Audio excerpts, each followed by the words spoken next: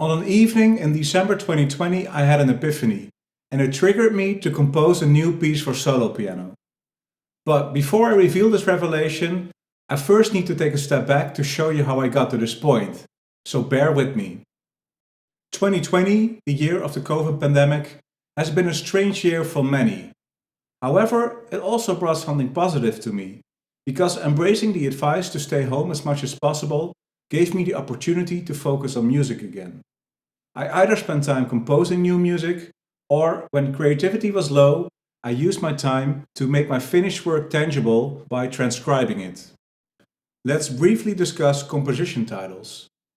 Hearing the title of a piece in a composer's original language has something authentic to me. Bach's Das Wohltemperierte Klavier, Debussy's Reflet dans l'eau, or Montpou's Secreto come to mind.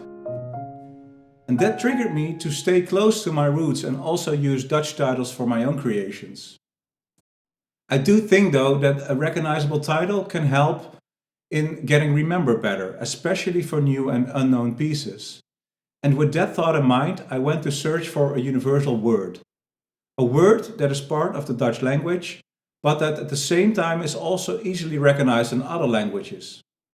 The word I stumbled upon was abracadabra, or abracadabra as we say in Dutch. It is a word that appears to exist in many languages. At the time I was working at a piece for which I didn't have a title yet, and I thought that abracadabra actually was a good fit for it. So now, back to this one evening in December.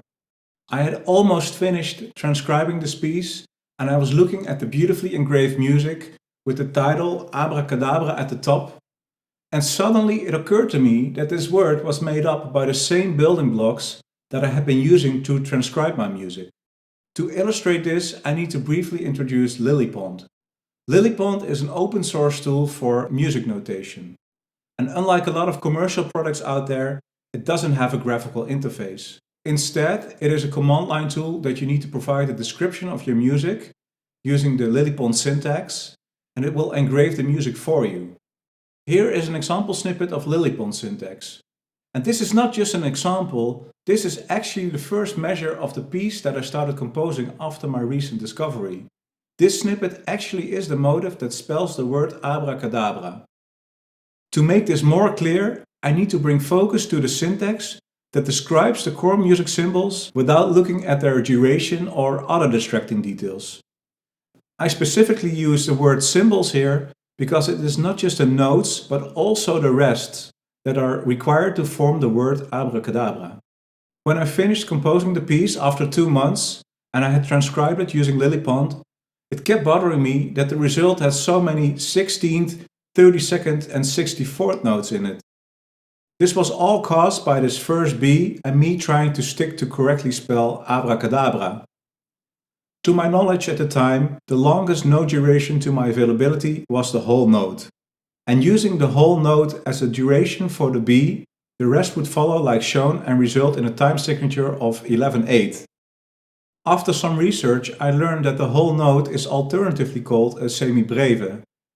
And it appeared to me that there also had to be a breve then. And there actually is. A breve is a double whole note, or 8 quarter notes. And I had never seen it before because you need a time signature of at least 8 quarter notes to make use of this one. And that is just not that common in music. So now, using the breve for the first B, the time signature can be changed to 11/4, making the overall result look less intimidating and easier on the eyes.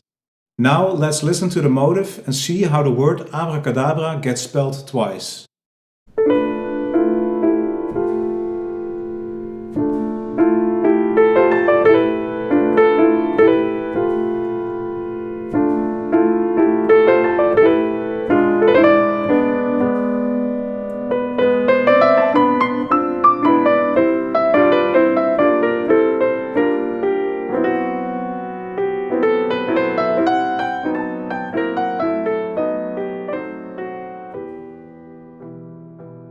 Spelling a word using music notation is not something that I invented though.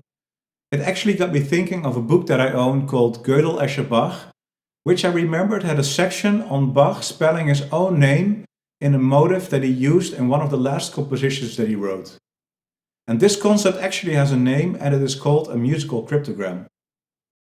So to wrap up, first of all, I was very pleased with my discovery that I could spell the word abracadabra using music notation, because it contributes to my feeling that abracadabra truly is a universal word. But what I found most exciting though is the thought that this piece would have never existed if it wasn't for this revelation on a night in December. I would most likely not have come up with the motive that inspired me for the rest of the piece. If you enjoyed what you heard so far, I would like to invite you to listen to the piece in its entirety. A link to my performance will appear here in the video. And if there is anything unclear or you have questions, please leave a comment on the video and I'm happy to respond to that. That's it, folks. My name is Bas Belen. Thanks for watching.